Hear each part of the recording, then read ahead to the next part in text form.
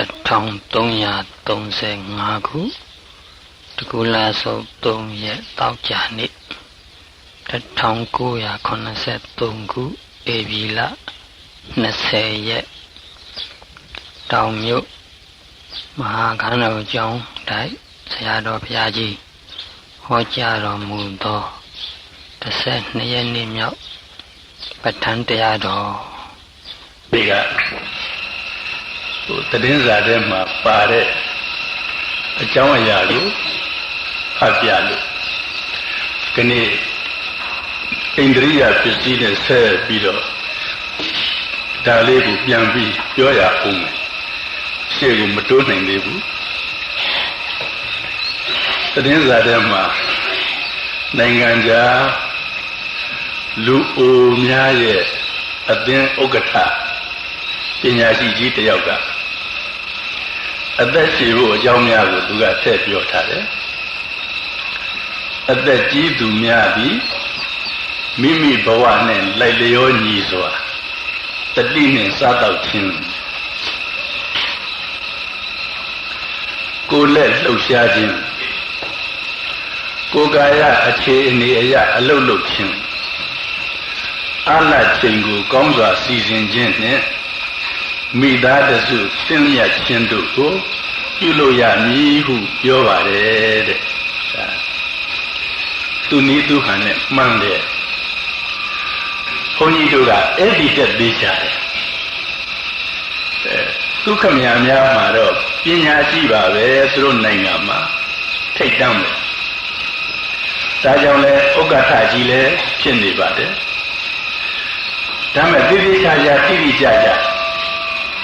ပြောနိုင်စွမ်းတဲ့အဖြစ်မျိုးကတော့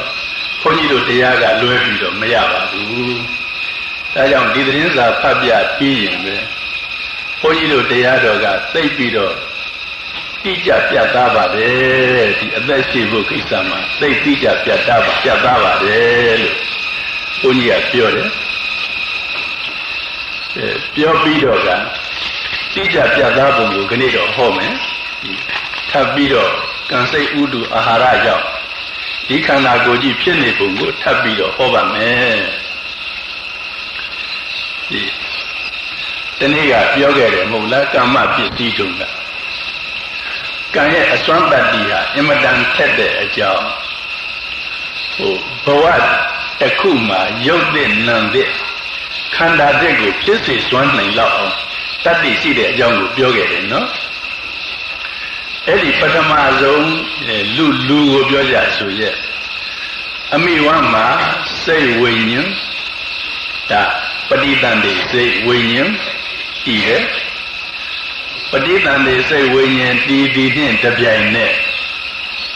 စေတသိက်တွေပါလာတယ်အဲ့ဒါကိုဘုန်းကြီးကဟေတုပစ္စည်းတုံးကစပြီးတော့ပြောခဲ့တယ်ပဋိသန္ဓေစိတ်ဝိညာဉ်မှာတချို့အမောဟဟိတ်ဆိုတဲ့ဉာဏ်ပါတယ်တချို့မှဉာဏ်မပါဘူးလို့ပြောခဲ့ပြီဟေတုပစ္စည်းတုံးကလေးကပြီးတော့ဒီနောက်မလဲပဲပဋ္ဌာန်းပစ္စည်းထဲမှာပဋိသန္ဓေခဏ၌နန္တရားနဲ့ယုတ်တရားတို့သည်အချင်းချင်းသဟဇာတတတ္တိနဲ့လည်းကျေစုပြုတယ်ဥပနိဒေယတတ္တိနဲ့လည်းကျေစုပြုတယ်အညမညတတ္တိနဲ့လည်းကျေစုပြုတယ်စသည်အပြင်ပဋ္ဌာန်းပစ္စည်းမှာအကုန်လုံးပဋိသန္ဓေစိတ်အချိန်တုန်းကပဋိသန္ဓေစိတ်နဲ့တပြိုင်နက်ဖြစ်တဲ့ကမ္မဇယုတ်ပြီးကျေစုပြုပုံကိုပဋ္ဌာန်းထဲမှာပါပြီးတော့လာခဲ့ပါတယ်ပစ္စည်းအများထဲမှာပါပြီးတော့လာခဲ့ပါတယ်အဲ့ဒီပဋိသန္ဓေစိတ်နဲ့အတူဖြစ်တဲ့ယုတ်ကလ3ခုပြောခဲ့တယ်နော်ဒါကလလရေကြီးလို့ဆိုတဲ့အချိန်မှာယုတ်ကလ3ခုစတယ်လို့ဒီနေ့ကပြောခဲ့တယ်နော်ဒါကံကြောင့်ဖြစ်တဲ့ဝိဘက်ဒီဝိဘက်နဲ့တကွတခါဖြစ်ရတဲ့ယုတ်တရားအဲ့ဒါလို့ဘုန်းကြီးတို့မှာတော့မနှံသေးကြတယ်ကံကြောင့်ဖြစ်တဲ့ဒီရုပ်ထဲမှာလည်းပဲပထမကလ3စီးမှာခန္ဓာကိုယ်စတည်ဖို့ကာယတတကကလဆိုတဲ့စကားကိုရုပ်ကလေးတွေပေါင်းထားတာကိုကလလို့ခေါ်တယ်ကလာပလို့ခေါ်တယ်အစိတ်အစိတ်ရုပ်ကလေးတွေပေါင်းထားတာရုပ်10ခုပေါင်းထားတယ် ဒီကာယတတကကလခန္ဓာကိုယ်ရဲ့စတည်လိုက်တာပြီးတော့စိတ်စေတသိက်တွေရဲ့မှီဖို့ရန်ဝတ္ထုတတကကလစတည်လိုက်တာပြီးတော့မိမယောက်ျားဖြစ်ဖို့ရန်ဘာဝတတကကလအဲ့ဒါလို့စတည်ခဲ့တယ်စတည်တော့ကအဲ့ဒီကံရုပ်အစဉ်ဟာလေဒီဟိုခဏတိုင်းဆိုတာလက်ဖြောက်တစ်ချက်တီးလို့ရှိရင်စိတ်တဲ့ခဏပေါင်းဂရေတသိန်းဖြစ်တယ်လို့ဆိုတယ်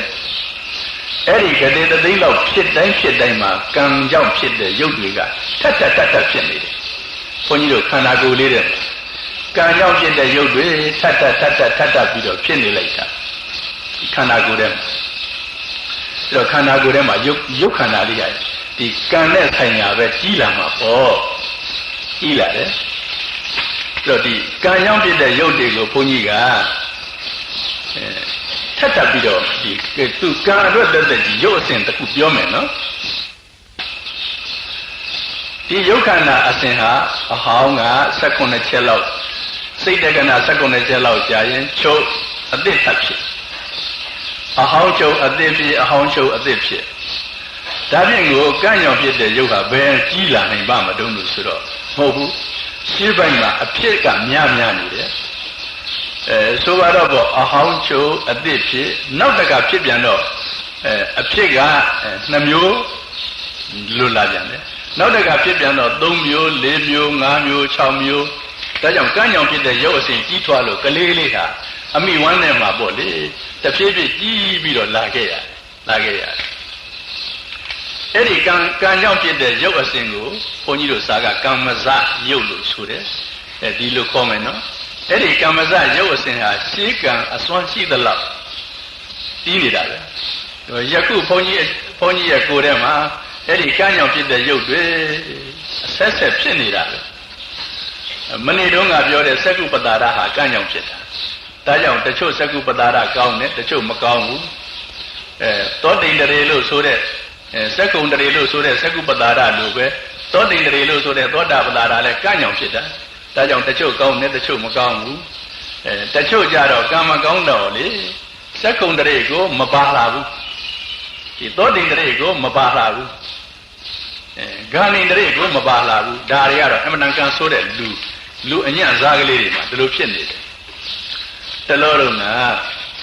မျက်စိမမြင်တဲ့လူတွေကိုမျက်စိမြင်အောင်လောကဓာတ်ဆရာတွေကလုပ်ကြတယ်လုပ်တော့သိအထမမြောက်ဘူးတဲ့နားမကြတဲ့သူတွေနားကြအောင်လုပ်တော့တော်တော်လေးတော့အထမြောက်တယ်တဲ့ကာကတလို့ရှိတယ်ငကိုယ်တော့ကသက္ကုန္ဒရေဆိုတာသက္ကုပ္ပတာရဆိုတာလုံးမပါလို့ရှိရင်လုံးလို့ကိုမဖြစ်ဘူးတချို့ကပါတော့ပါတယ်အင်မတန်ညံ့ပြီးတော့နေလို့မထင်မရှားဖြစ်နေတယ်အဲ့ဒါလို့ရင်ဖြစ်တယ်ဘေးကအကူကြီးရုပ်တင်နဲ့လို့ရှိရင်ဒီမျက်စိမြင်နိုင်လောက်အောင်ရှိတယ်သော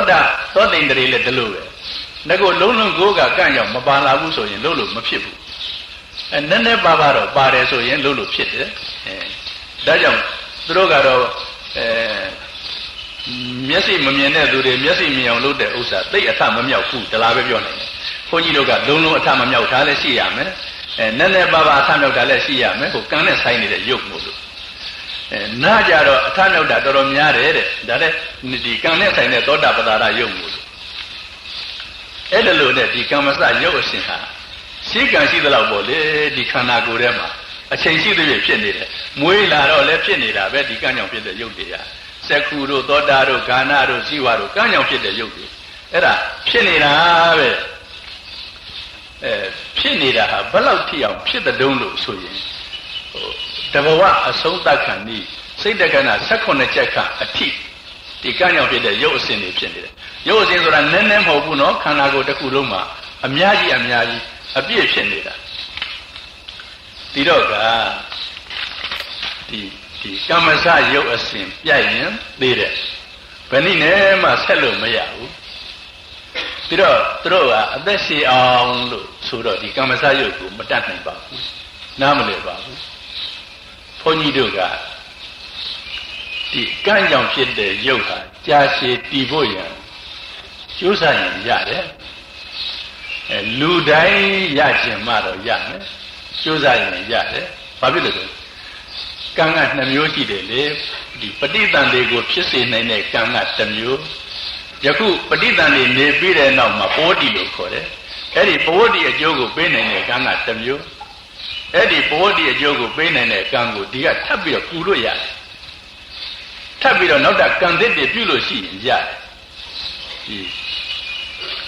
ရှင်းတော့ကဝတ္တဗမင်းတယောက်တီဟိုကျွန်းမှာရှိခဲ့တယ်သူ့ကိုဘေရင်ဆရာတွေကဘယ်နဲ့ဟောတယ်နန်းဆန်12နှစ်သာရှိတယ်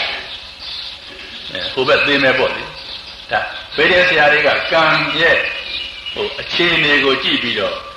လက္ခဏာတို့သာတာတို့ကြည့်ပေါ်ရတော့ကံတလောက်သာရှိတယ်ပေါ့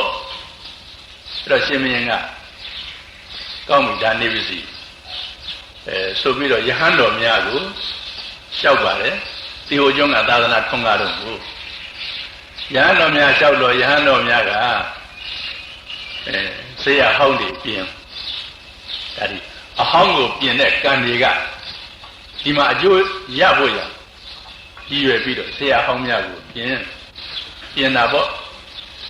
ကျောင်းပြင်များကိုပြင်တာပေါ့ဖရာပြင်များကိုပြင်လူသွားတဲ့လမ်းတွေမှာသွားလို့ကောင်းအောင်တရားဟောင်းရှိရင်ပြင်မရှိလို့ရှိရင်တရားသစ်ဆောက်အဲ့ဒါလို့စီမံတဲ့အတိုင်းလုပ်လိုက်တာလေနန်းဆန်12နှစ်မကဘူး24နှစ်လည်းမကဘူး36နှစ်လည်းမကဘူးအသက်ရှည်သွားလိုက်တာဒါဘုရုကိုပြင်တာလို့ဆိုတော့ကံကိုပြင်တာကံကိုပြင်တယ်ဆိုတော့ကံကိုထောက်ပေးနေတာရှေးကံကိုအားသိနေတဲ့ကံကိုဒီနောက်ကုသိုလ်ကံတွေနဲ့ထောက်ပေးနေတာမြန်မာများဘေရင်ဆရာများကလည်းဟောကြတယ်နည်းနည်းကံစာတာလေးနည်းနည်းညံ့နေတယ်ညောင်ထောက်ပါတရားခင်းပါပြောကြတယ်ဒါမှန်တယ်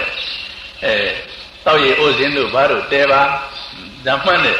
ဒီနောက်ကံနဲ့ပြုပြင်ပေးနေတာညောင်ထောက်တယ်ဆိုတဲ့ဥစ္စာညောင်ပင်တွေကအများအားဖြင့်အရေးရအောင်ငကူကစိုက်ကြတာအဲ့တော့ဒီဂိုင်းကအောက်ညွတ်ပြီးတော့နေတော့အရေးကအပြန့်နေသွားတယ်အဲ့ဒီညောင်ပင်ကိုအောက်ကဒီထောက်တိုင်မာနဲ့ထောက်လိုက်တော့ညောင်ကိုင်းကအထက်တက်သွားအရိတ်ကတော်တော်လေးပြန့်သွားတယ်ဒါကြောင့်ညောင်ထောက်ပါတရားခင်းပါအဲ့ဒီလိုရှေးလူကြီးတွေကလည်းလှုပ်လေရှိတယ်လေမကြီးပင်ကြီးတွေလမ်းသွားလမ်းလာနေပူတဲ့နေရာစိုက်ထားလိုက်ကြတာကြီးညိုစရာကောင်းလိုက်တာရှေးလူကြီးတွေခုဒီတောင်မြုံမှာပဲမကြီးပင်တွေဒီလမ်းဘေးမှာစိုက်ထားလိုက်ကြတာရှေးလူကြီးတွေကစိုက်ထားတဲ့မကြီးပင်ကြီးတွေနောက်လူတွေကခုတ်ပြစ်လိုက်ကြတာကောင်းတော့လားဒီကောင်းရောအဲ့ဒါလို့ဒီရှေးကံကိုပြုပြင်လို့ရပါတယ်လို့ဒီလိုနားလည်ကြပါနော်ဒါပေမဲ့အတော်အတန်သာရတယ်နော်သိပြီးတော့ရတယ်လို့တော့မယူဆကြနဲ့အတော်တန်တော့ရပါတယ်ဘုန်းကြီးကလည်းဘုန်းကြီးငါရှေးကံပါလာတယ်ယခုဘဝသာသနာရေးနဲ့စပ်ပြီးတော့ကောင်းတဲ့ကံတွေကိုငါအများကြီးပြုနေတယ်ဒါကြောင့်မို့လို့ငါရဲ့အသက်ဟာရှည်တဲ့လောက်တော့ကောင်းကောင်းရှိပါပဲဒါလို့ယုံကြည်ထားတယ်ဒါကြောင့်လုံနေတာလေမပန်းဘူးလားပန်းတယ်ပန်းရင်မနှွမ်းဘူးလားနွမ်းတယ်လုပ်ပါဒီသူတိုင်းထိုက်တန်တဲ့လောက်ကံကတော့လိုက်နေမှာဒါပေမဲ့ဘုန်းကြီးရဲ့ဝါဒတစ်မျိုးရှိတယ်ဒီအလုံးမလုံးနိုင်ပဲနဲ့အိုးပြီးတော့သူများအပြုစုခံတဲ့အသက်ရှင်မျိုးကိုမလိုချင်ဘူးအရှင်ဘုရားဒီတစ်နှစ်လောက်ကဟိုဘက်ကိုအလုံးလုံးနိုင်တော့မယ်မဟုတ်ဘူးအသက်တော့ရှည်မှာပဲဆိုရင်မရှည်နဲ့မလိုချင်ဘူးအလုံးမလုံးနိုင်ဘဲနဲ့ရှင်းနေတဲ့အရှည်ဟာအသေးပဲပါဘုန်းကြီးအတွက်ကအသေးပဲဘာဖြစ်လို့ဒီလိုစိတ်ဆန္ဒရှိတဲ့ပုဂ္ဂိုလ်ဒီလိုအရေးချင်းရှိတဲ့ပုဂ္ဂိုလ်ဒီမှာကံတွေကဆက်ရက်လာနေတာစိတ်တွေကဆက်ရက်လာနေတာသိသွားလို့ဟိုဘက်ဘဝပဋိသန္ဓေနေလို့ရှိရင်အလုံးလုံးနိုင်တဲ့ဘဝကိုရောက်မှာအလုံးလုံးနိုင်တဲ့ရုပ်ခန္ဓာကိုရမှာအလုံးလုံးနိုင်တဲ့ဉာဏ်ပညာကိုရမှာပြီးတော့ဒီခုဘဝကိုတောင်းတပြီးတော့နေကြတယ်လို့ဘာကလေးလှုပ်ပေးပါအောင်ဘာကလေးရေးပေးပါအောင်အသက်ရှည်ပါစေနဲ့ဝိုင်းရတယ်လို့ပဲလာမဲ့ဘဝလည်းဘုန်းကြီးအတွက်ကဒီလိုပဲဝိုင်းပါပဲဒီလိုပဲအလုံးလုံးနေမှာပဲ ဒီကပြင်းနေတဲ့ဘုန်းကြီးမဟုတ်ဘူးအလုပ်လုပ်နေတဲ့ဘုန်းကြီး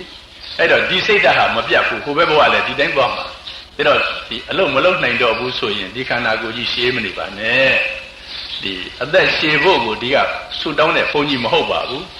အလုပ်လုပ်ဖို့ကိုသာဆုတောင်းတဲ့ဘုန်းကြီးဖြစ်ပါတယ်ဒါပြန်အများစုကတော့သေမသေးရောတခါတည်းအသက်ကိုရှည်ပြီးတော့နေစေခြင်းကြတယ်ဘယ်လိုကြွားတဲ့တုံးလို့ဆိုတော့အများစုကမျောလင်းချက်သိပြီးတော့မရှိဘူးဟိုနောက်ဘဝအတွက်သူတို့သိကြတဲ့မျောလင်းချက်မရှိဘူးပြီးတော့ဒီဘဝလေးကိုသူတို့သိပြီးတော့တွေ့ရနေတာပဲအိုးနေလဲအိုးနဲ့ပဲနေခြင်းပါသေးတယ်နားနေလဲပဲနာနဲ့ပဲနေခြင်းပါသေးတယ်ဒီလူတွေကဘာဖြစ်လို့လဲသူများကိုလည်းသူတို့လှုပ်တတ်တာလည်းမဟုတ်ဘူးလှုပ်လဲလှုပ်တာမဟုတ်ဘူးသူကိုယ်လေးအတွက်ကလည်းနောင်ရင်နောင်ဘဝအတွက်ကစိတ်မချရဘူးစိတ်မချရတော့ဒီဘဝအတွက်သိတွဲနေတာပဲဒါကြောင့်သူတို့အသက်ရှည်ဖို့ကိုကြိုးစားကြတယ်အသက်ရှည်ဖို့ကိုကြံစည်ကြတယ်ဘုန်းကြီးတကိုယ်ရတကာရအတွက်ဝါဒကတော့အသက်ရှည်ဖို့မဟုတ်ပါဘူးအလုံးလုံးနိုင်ဖို့ပဲဒါကြောင့်ဒီကံကိုပြုပြင်လို့ရတယ်ဆိုတာကိုနားလည်ကြပါကံကြောင့်ဖြစ်တဲ့ရုပ်တွေကိုရှင်းအောင်ကြိုးစားလို့ရတယ်ထောက်ခံလို့ရတယ်ညောင်ပင်များကိုညောင်ထောက်ရမယ်တရားခင်းရမယ်ဇေယဟိုကြောင့်ဟိုတွေပြင်းရမယ်ဖျားပြက်ကြောင်းပြက်တွေကိုပြင်းရမယ်စသည်တွေဟာအဖိုးကြီးတွေအဖွားကြီးတွေကိုထောက်ပံ့ပေးရမယ်အဖိုးကြီးတွေအဖွားကြီးတွေကိုစားစရာတောက်စရာလေးတွေကူညီရမယ်ဆိုပါတော့ဘောလေဘုန်းကြီးအိုကြီးတွေဒီကိုယ်ွယ်ရသိပြီးတော့မရှိတဲ့ဘုန်းကြီးအိုကြီးတွေလှူရတန်းရမယ်ရှင်းပြီးသားပူပြီးသားတွေတော့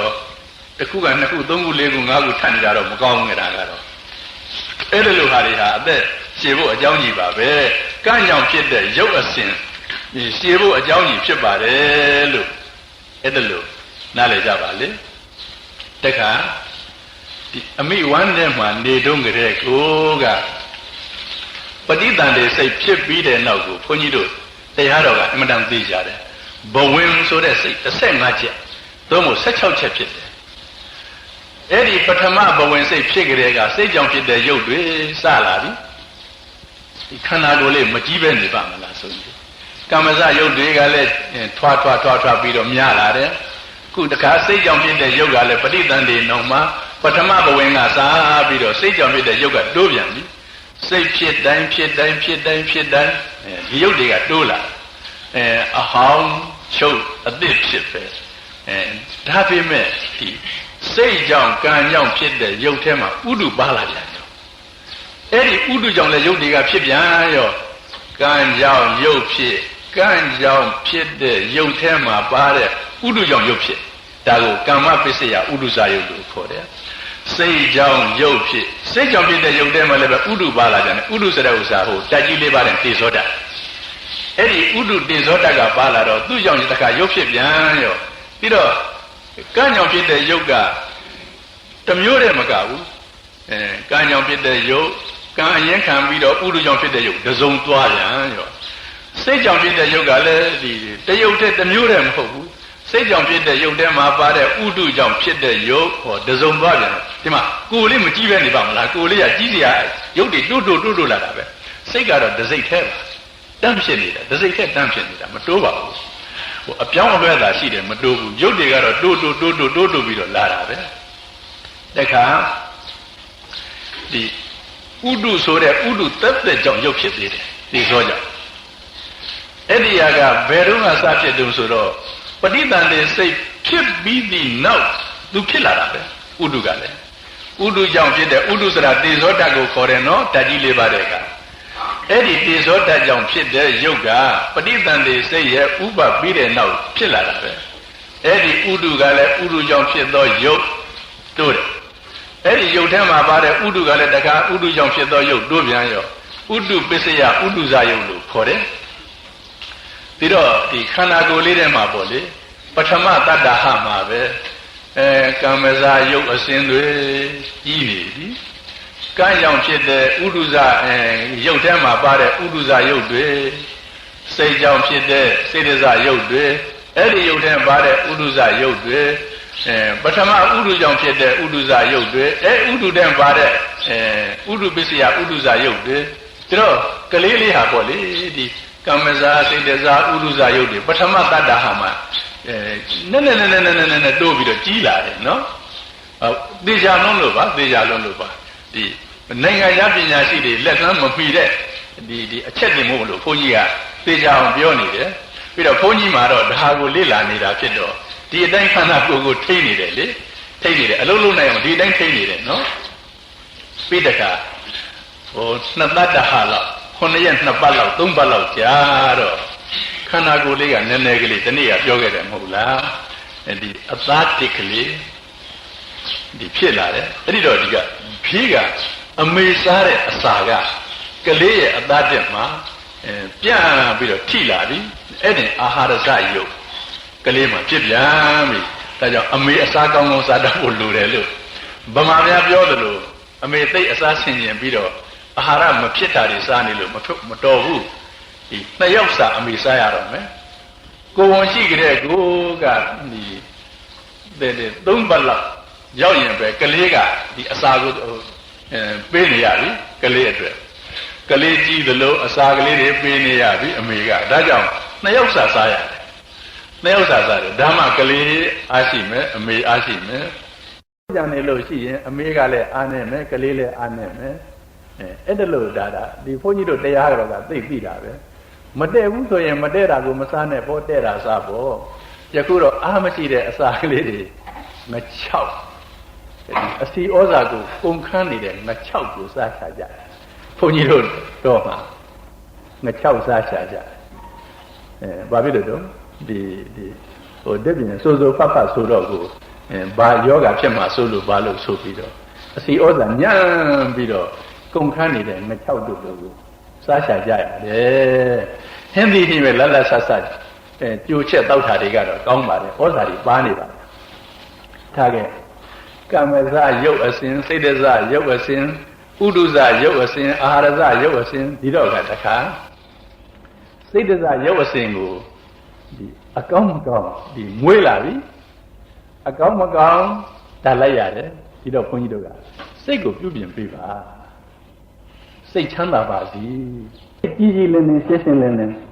ငါတို့ကလည်းကြမ်းမအောင်ကိုယ့်ကိုယ်ထိတ်လို့ဖွားမြင်လာပြီးတဲ့နောက်ကိုစိတ်ကိုကြီးလို့ဒီလိုနေရပါတယ်ဒီမှာမှအမိတ်နှုတ်ရည်ကစိတ်တစရုပ်ကြောင့်ဖြစ်တဲ့အမိတ်နှုတ်ရည်ကကောင်းသောနှုတ်ရည်ဖြစ်ပြီးတော့ကလေးတိုက်ရတာအင်မတန်မှကောင်းပါတယ်တောက်ကလေးစိတ်ချမ်းသာဖို့ရဲ့အမေစိတ်ချမ်းသာဖို့ရဲ့စိတ်တစရုပ်ပြင်းနေတာနော်စိတ်တစရုပ်ပြင်းနေတာအဲ့ဒါလို့နဲ့နောက်တစ်ဖြည်းဖြည်းဘုန်းကြီးတို့သိတတ်တဲ့အရွယ်ကလေးရောက်ကြပြီဆိုပါတော့ပေါ့စိတ်ချမ်းသာရတယ်ကလေးလေးစိတ်ချမ်းသာဖြစ်ရတယ်စားရတောက်တဲ့အခါမလဲပဲနေပစီအောင်ဒါကတခြားထားအာဟာရဇယုတ်ကစိတ်ချမ်းသာနေလို့ကလေးလေးပြောနေတယ်ဆိုရင်ပဲကလေးရဲ့မျက်နှာဟာကြီးလို့အဲ့ဒါယောဂမဖြစ်အောင်ကျူးစားရပါတယ်ယောဂဖြစ်လို့ကလေးစိတ်ဟာညှိုးနွမ်းနေတယ်ဆိုရင်ရုပ်ကလေးတွေရုပ်မကောင်းတာတွေဖြစ်ပါတယ်ရုပ်ကအဖြစ်ကတော့မရဘူးနော်မကောင်းရင်မကောင်းရုပ်ဖြစ်နေတာပဲဒါကြောင့်မမာတဲ့ကလေးလေးတွေဟာမမာရုပ်ကလေးတွေကြာကြာကြီးဖြစ်နေတာအဲ့တော့ကလေးလေးစိတ်ချမ်းသာပြီဆိုရင်မာတဲ့ရုပ်ကလေးတွေအမေစိတ်ချမ်းသာရမယ်ကလေးစိတ်ချမ်းသာရမယ်ဒါစိတ်တစားရုပ်ကိုဘုန်းကြီးကပြင်းနေတာအဲ့ဒါအသက်ရှည်ဖို့ရန်အကြောင်းနေကြည့်ပဲအသက်ရှည်ဖို့ရန်အကြောင်းနေကြည့်ပဲကောင်းလွန်းလို့နောက်လာတော့ကြည့်စိတ်ချမ်းသာပါစိတ်ချမ်းသာပါစိတ်မဆင်းရဲပါနဲ့စီးပွားကိုရှားပါမပြင်းပါနဲ့ပြင်းလို့စီးပွားမရလို့ရှိရင်စိတ်ဆင်းရဲပါလိမ့်မယ်ဘသူတွေစိတ်ဆင်းရဲတအိမ်လုံးဆင်းရဲပါလိမ့်မယ်စိတ်ဆင်းရဲလို့ရှိရင်ရုပ်ကမဖြစ်မနေဘူးမကောင်းတဲ့စိတ်တစားရုပ်တွေဖြစ်ပါတယ်စိတ်ချမ်းသာလို့ရှိရင်ကောင်းတဲ့စိတ်တစားရုပ်တွေဖြစ်ပါတယ်ဒါကြောင့်စီးပွားဥစ္စာရှားရပါတယ်မှန်ရှားရပါတယ်လောဘအင်မတန်မကြည့်ရပါဘူးဒေါသမထွက်ရပါဘူးဒေါသဖြစ်တယ်ဆိုလို့ရှိရင်ဒေါသဖြစ်တဲ့မျက်နှာကိုကြည့်ပါရုပ်ကမကြည့်လင်းပါဘူးအဲ့ဒါကြောင့်စိတ်တစားရုပ်တွေမကောင်းနေတာဒါကြောင့်လောဘမကြည့်ပါနဲ့တင်းရုံကလေးလောဘရှိပါစေစိတ်ကိုပြင်းနေတာဒေါသလုံးမရှိပါနဲ့မလွဲတာလို့ရှိရင်မြန်ကြီးပျောက်ပါစေဒီဒေါသဟာဘာဖြစ်လို့ဒီသူ့ကြောင့်ဖြစ်တဲ့စိတ်တွေကဖြစ်နေတာမကောင်းစိတ်တွေမကောင်းရုပ်တွေဖြစ်နေမှာဒါကြောင့်မို့လို့စိတ်ကိုပြင်းပါဘယ်လောက်တရားပြင်းရမလဲခုအချိန်ရှိလဲပြင်းရဘုန်းကြီးတို့ကြည့်လဲပဲစိတ်ကိုတော့ပြုပြင်နေတာစိတ်ဆင်းရဲအောင်တော့ဘာကိစ္စနဲ့မှမဖြစ်စေရဘူးကြောင်းတန်ကားတွေစိတ်မဆင်းရဲအောင်အကုန်လုံးစောစောကြက်နေတာ ဘာဖြစ်လို့သူတို့မကောင်းရင်စိတ်ဆင်းရဲရလိမ့်မယ်လေသူတို့ကောင်းနေမှလို့ဆိုပြီးတော့ကျောင်းတန်ဃာတွေစောစောကြက်တယ်ကိုယ်တရားဓမ္မတွေဘေးအန္တရာယ်မရှိအောင်တတိပေးနေတယ်ဘာဖြစ်လို့သူတို့ဖြစ်လို့ရှိရင်ကိုယ်စိတ်ဟာဒီအရိယာစိတ်မဟုတ်နိုင်ဘူးသူတို့မချမ်းသာရင်ကိုယ်စိတ်လည်းမချမ်းသာတဲ့စိတ်ဖြစ်မှာပဲဒါကြောင့်မို့လို့တရားဓမ္မတွေလောဘမကြီးနဲ့လက်ရှိအခြေအနေကမလျော့ရင်ပြီးရောပေါ့စိတ်လောဘမကြီးနဲ့မတော်တဆခြေကျော်လက်ချော်ဆိုလို့ရှိရင်တအိမ်လုံးနဲ့စိတ်ဆင်းရဲတယ်နိစ္စရာတွေကလည်းစိတ်ဆင်းရဲတယ်စိတ်ဆင်းရဲရင်မကောင်းတဲ့စိတ်တရားရုပ်တွေဖြစ်တယ်မကောင်းတဲ့စိတ်တရားရုပ်ဖြစ်ုံတာမကဘူးဘိပ္ပဝဉ္ဇဉ်ရဲ့ဒီအထင်သေးမှုအပြောဆိုတွေကြောင့်မို့လို့မကောင်းတဲ့စိတ်တွေထပ်ပြီးတော့ဖြစ်တယ်အဲ့ဒီကမှမကောင်းရုပ်တွေဖြစ်တယ်ဆိုတာသိလုံးလို့ဘုန်းကြီးတို့ကလောဘမကြည့်ပါနဲ့ပစ္စည်းတွေသိပ်ပေါ်နေပြန်တော့လေစိတ်ချမ်းသာလာတယ်မဟုတ်လားဘူးဟိုထင်းရဒီသိန်းရဟိုကျွေးတောင်းရဒီကျွေးတောင်းရနဲ့စိတ်မချမ်းသာရဘူးအဲ့တော့ဘုန်းကြီးကစိတ်ချမ်းသာအောင်ဆိုတာမှန်မှန်ရှိဖို့လိုပါတယ်ဒီအစာမတောင်းတရဘူးအကြောက်ဒီအနေမတောင်းတရဘူးအဝတ်မတောင်းတရဘူးမှန်မှန်ရှိရင်ပြီးတာတယ်ပေါ်တာတော့ကောင်းပါတယ်လေပေါ်ပြန်တော့လည်းပဲစွန့်ကြဲဖို့ပေးကမ်းဖို့လှူဒန်းဖို့စိတ်ကိုဒီလိုမြင့်မြတ်ပြီးတော့ထားပါဒါဘုန်းကြီးစိတ်ပြုပြင်နေတာဘယ်လောက်တိအောင်ပြုပြင်ရမလဲဆိုတော့ဘုန်းကြီးကတော့သေဂန်ဤအတိငါဘာယောဂနဲ့သိမယ်ဆိုတာမသိဘူးဘုန်းကြီးအတွက်ကစိတ်ကိုသေဂန်ဤကိုမျက်နှာငယ်ကလေးနဲ့လာမမေးတာနဲ့ကိုယ်ဘာသာကိုခန်းနေတယ်ယောဂတန်ရှိလို့ရှိရင်ကိုယ်ဘာသာကိုခန်းနေတယ်သူများကမျက်နှာငယ်လေးနဲ့လာပြီးတော့အိုးဖြစ်မှဖြစ်ရလေဘာညာနဲ့လူတွေနားလည်းမလဲဘူးစကားလည်းမပြောတတ်ဘူးမလာကြနဲ့ငါယောဂတန်နဲ့ငါဘာသာကငါစိတ်ကိုငါစဉ်းစားနေတယ်ဘုဒ္ဓမြတ်စွာယင်မကြည့်ပရိနိဗ္ဗာန်သံဃာနိကြတော့ဝမ်းတော်လာပြီးတော့ပရိနိဗ္ဗာန်ဆံရတယ်အကယ်၍များဘုန်းကြီးဒီယောဂမျိုးဖြစ်ရင်ဘုရားအာရုံပြုနေမှာဖြစ်ပေါ်ပါရမီရှင်ကြီးမြတ်စွာဘုရားပါရမီပြည့်ပြီးသားမြတ်စွာဘုရားတောင်းဒီခန္ဓာကိုဒီရုပ်ဒီခန္ဓာနဲ့နေရတယ်မြတ်ဝမ်းတော်လာရသေးတာငါဘာမို့လို့ဖြစ်ဒီယောဂဘုန်းကြီးကစိတ်ကိုအဲ့ဒီအထိတွေးထားတယ်အရှင်သာရိပုတ္တရာတွေးတော့ပြီးတော့ပြိဋိဘံစံရဘုန်းကြီးဒီယောဂနဲ့အလားတူနိမိဆက်ဆက်ဖြစ်ဒီယုံနာခန္ဓာနဲ့လာရှိနေသမျှအရှင်သာရိပုတ္တရာမှဒုက္ခမလွတ်ပဲနဲ့ငါကောဘာမို့တော့ငါပါရမီကဘယ်လောက်ကျင့်သေးလို့တော့ဖြစ်ခံဖို့တယ်လို့ဒါဒီယောဂလည်းမြဲတာမဟုတ်ဘူးအနိစ္စပါဒါကြတော့ဒီယောဂကလည်းပဲသေသွားတော့သူ့ဟာနဲ့သူပြီးသွားတာပဲဒါကြောင့်ဒီအနိစ္စဖြစ်တဲ့ယောဂကိုအကြောင်းပြုပြီးတော့သူများကလာပြီးမျက်နှာငယ်လေးနဲ့လာမကြည့်လာနဲ့မလို့ခြင်းဘူးဒီအကယ်၍သူတစ်ပါးရဲ့ဒဏ်ရာဒဏ်ချက်ကြောင့်သေလူမျိုးဝမ်းဖြစ်နေလေအရှင်မောက္ကလံတကူအမတန်ကြီးကျယ်တဲ့အရှင်မောက္ကလံပုဂ္ဂိုလ်ကြီးတောင်မှခိုးသား900လက်ချက်ကြောင့်ဒီအယုကလေးတွေကြေမွသွားအောင်အရိုက်နဲ့ခံရသေးတာပဲငါးပါးမို့လို့ဖြစ်ပါစေခံပေါ့ဟောတော့ဘုန်းကြီးကသေဂာနိအတိစိတ်ကိုတင်းပြီးတော့ဒီစိတ်တက်လက်သာနဲ့သေဖို့ရစောစောကလေးကစီစဉ်ထားတယ်လေနေရာတိုင်းမှာစောစောကလေးကစီစဉ်ထားတယ်အလုံးကိုပြောလို့ရှိရင်လည်းသူတို့သဘောမပေါက်ဘူးလာပြီးတော့မေးကြမှာကြိုက်တယ်ကိုအလကားလို့သူတို့နားလဲတဲ့လူတွေလည်းမဟုတ်ဘူးသူတို့အတွက်ကြောင့်အသေးတောင်မဖြောင်းညင်မှဖြောင်းမယ်မလားနဲ့ဘုန်းကြီးကဒါကြောင့်စိတ်ကိုဘုန်းကြီးကသေဂန်ဤအထိစိတ်ဘယ်လိုနေရမလဲယခုဒီသံဃာတွေဒီလောက်များနေစိတ်တော့ဝန်တာခြင်းနဲ့သားတယ်လို့ဆိုမှသိမသားပါဘူးတရားဓမ္မတွေအခုကြီးညိုနေကြတယ်ဝန်တာတယ်တော့ဖြစ်ခြင်းဖြစ်မှသိမသားပါဘူးမရှိလဲဘာမှဝန်မနေပါဘူးဒီသင်္ဃာတွေလည်းအကုန်လုံးဘုန်းကြီးကိုမကျေနပ်လို့သွားကြပြီတရားဓမ္မတွေကလည်းဘုန်းကြီးကိုမကြည်ညိုလို့ရှောင်ကြတိမ့်ကြပြီကိစ္စမရှိပါဘူးကိုယ်ဘာသာကိုဒီနေတတ်အောင်စဉ်းစားပြီးသားတတ္တိရှိပြီးသားအဲ့ဒါဘာလို့ဆိုတော့စိတ်ကိုပြုပြင်တာပါယခုလူတွေကစိတ်ကိုမပြုပြင်တတ်ပါဘူးစိတ်သိမ့်ငယ်တယ်စိတ်သိမ့်ငယ်တော့ဘာဖြစ်လာလဲရုပ်တွေကညံ့လာတယ်စိတ်တစားရုပ်တွေကညံ့တယ်စိတ်တစားရုပ်တွေကညံ့တော့ဘာယောဂဖြစ်တယ်ဒီနှလုံးဘာဖြစ်တယ်အသေးဘာဖြစ်တယ်အဆုတ်ဘာဖြစ်တယ်ဝန်းနဲ့ကြောက်ပြီးတော့စိတ်တစားရုပ်တွေမို့လားဝန်းနဲ့မလဲပဲနှလုံးတို့အသေးတို့နာမည်တတ်ထားပေမဲ့ကံကြောင့်ဖြစ်တဲ့ရုပ်တွေစိတ်ကြောင့်ဖြစ်တဲ့ရုပ်တွေဥဒုကြောင့်ဖြစ်တဲ့ရုပ်တွေဒီရုပ်တွေပေါင်းထားဒီရုပ်တွေပေါင်းပြီးတော့ကိုနှလုံးတို့အသေးတို့ကြောက်ကတ်တို့ဒါလို့ခေါ်နေတာပြီးတော့ကံကြောင့်စိတ်ကြောင့်ဥဒုကြောင့်ပေါင်းထားတဲ့ဒီနှလုံးအသေးကြောက်ကတ်စသည်တွေဟာ စိတ်မကောင်းလို့ရှိရင်ယောဂဖြစ်ဖို့လွယ်တာပေါ့အဲ့ဒီယောဂဖြစ်လာလို့ရှိရင်ကုဖို့ခဲရမြန်တာပေါ့ဒါကြောင့်ဘုန်းကြီးစိတ်ကောင်းကောင်းထားကံကောင်းအောင်လည်းမတော်မတရားတွေမလုပ်ပါနဲ့ကောင်းတဲ့ကံနဲ့ခုနကပြုပြင်စရာရှိတာတည်းပြုပြင်လို့လှူစရာရှိတာလှူလို့စိတ်ကိုလည်းကောင်းကောင်းထားပါစိတ်လည်းမငယ်ပါနဲ့စိတ်အားမငယ်ပါနဲ့သေတာတဲ့ဟိုဘက်ဘာမှမရှိပါဘူးသူများကပြောကြတယ်ဆိုကြတယ်ဆိုတဲ့ဥစ္စာတွေအလကားတွေပါအဲ့ဒီကိုသာပဓာနာပါကိုနဲ့ရင်းနေတဲ့သူကသာပဓာနာပါဒီပြင်ဟာတွေကရုစိုက်เสียမရှိပါဘူးကိုပါတာကိုကောင်းအောင်သာစောစောစီးစီးကတတိထားနေပါစိတ်ကိုအဲ့ဒီနည်းနဲ့ပြုပြင်ပါလို့ဘုန်းကြီးကပြောတယ်ဘုန်းကြီးလည်းဒီနည်းနဲ့လုပ်နေတယ်တခါစိတ်တစားယုတ်ပြီးတော့ဥဒုဇယုတ်ဥဒုဇယုတ်ကိုလည်းပဲပြုပြင်ရပါတယ်မွေးကားစားကလေးလေးနားမလဲတုန်းကအမေကမိဘဆွေမျိုးများကကလေးလေးကိုအပူမမိအောင်တချို့ကအဝတ်တွေနဲ့သိပ်ထုတ်ထားလိုက်တယ်ကလေးလေးကိုလောင်ပြီးတော့အေးတဲ့အခါရဲ့လို့ဆိုပြီးတော့ဂွမ်းဆောင်တွေဘာတွေနဲ့ထုတ်ပြီးတော့ကလေးလေးထားလိုက်တယ်ကလေးလေးဟာအဲ့ဒီအငွေ့တွေကြောင့်တော်ကြတော့အယိုးမတန်တဲ့အဖြစ်မျိုးရောက်သွားတယ်ဒါနားလည်းဘုကသိအရေးကြီးတာတော့ကလေးလေးဟာအေးတဲ့အခါဆိုလို့ရှိလဲအေးသက်သားယုံကလေးပူတဲ့အခါဆိုလို့ရှိရင်လည်းပဲအပူသက်သားယုံကလေး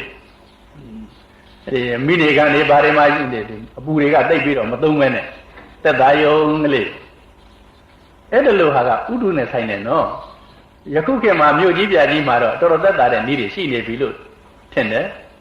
အဲ့တော့ဒါတွေကိုအသုံးချရတယ်စောစောစီးစီးကတတိထားရတယ်ကိုယ်ရေးကိုယ်တာအတွက်တတိထားရတယ်ကိုယ်နဲ့ဆိုင်တဲ့သူတွေအတွက်တတိထားရတယ်အဲ့ဒီဥဒုဟာမွေးကလေးမမွေးခင်ကလည်းအရေးကြီးတယ်ကလေးဖွားမြင်ပြီးတော့လည်းဒီကလေးလေးအတွက်လည်းအရေးကြီးတယ်မိခင်အတွက်လည်းအရေးကြီးတယ်ရေတို့ဘာတို့တန့်ရှင်းဖို့ကအရေးကြီးတယ်ဒီဗုဒ္ဓမြတ်စွာအလောင်းတော်ဖွားမြင်တော်မူလာတဲ့အခါမှာရေနှမျိုးပေါ်လာတယ်တစ်မျိုးကရေနွေးဆေးဖို့ကြောဘုရားအလောင်းမှာလူလဲပြီးတော့ညစ်နေတာတော့မဟုတ်ဘူးဒါပေမဲ့လို့တန့်ရှင်းဖို့ရန်ရေအေးလဲပါလာတယ်ရှိလာတယ်ရေနွေးလဲရှိလာတယ်ဒီဘုရားအလောင်းပွားတော်မူတဲ့အခါမှာတန့်ရှင်းဖို့ရန်သုတ်သင်ဖို့ရန်ဒါမဲ့သိညစ်ညစ်ပေပေမေတော်မှာလည်းမဟုတ်ပါဘူးသူ့လည်းမဟုတ်ပါဘူးဒါမဲ့တန့်ရှင်းဖို့ပါပါတယ်ဒါတော့ဘုန်းကြီးတို့ကစာကလေအကုန်လုံးတခုဥဒုပြောနေတယ်နော်ဥဒုအဲ့ဒါနဲ့စာပြီးတော့နောက်တော်တော်လေးကြီးလာလို့အမေကရေချိုးပေးတတ်တယ်ရေချိုးပေးတဲ့အခါမှာအေးသလားမအေးဘူးလားဒီအခါမှာရေချိုးလို့ကောင်းသလားကလေးကိုပဲနဲ့နေတော့ကလေးကလေးစမ်းရတယ်ဓာတ်ပဲနဲ့နေတော့ကလေးကိုမေးရတယ်ခဏဓာတ်သွားရဲ့လားဘယ်နဲ့နေတော့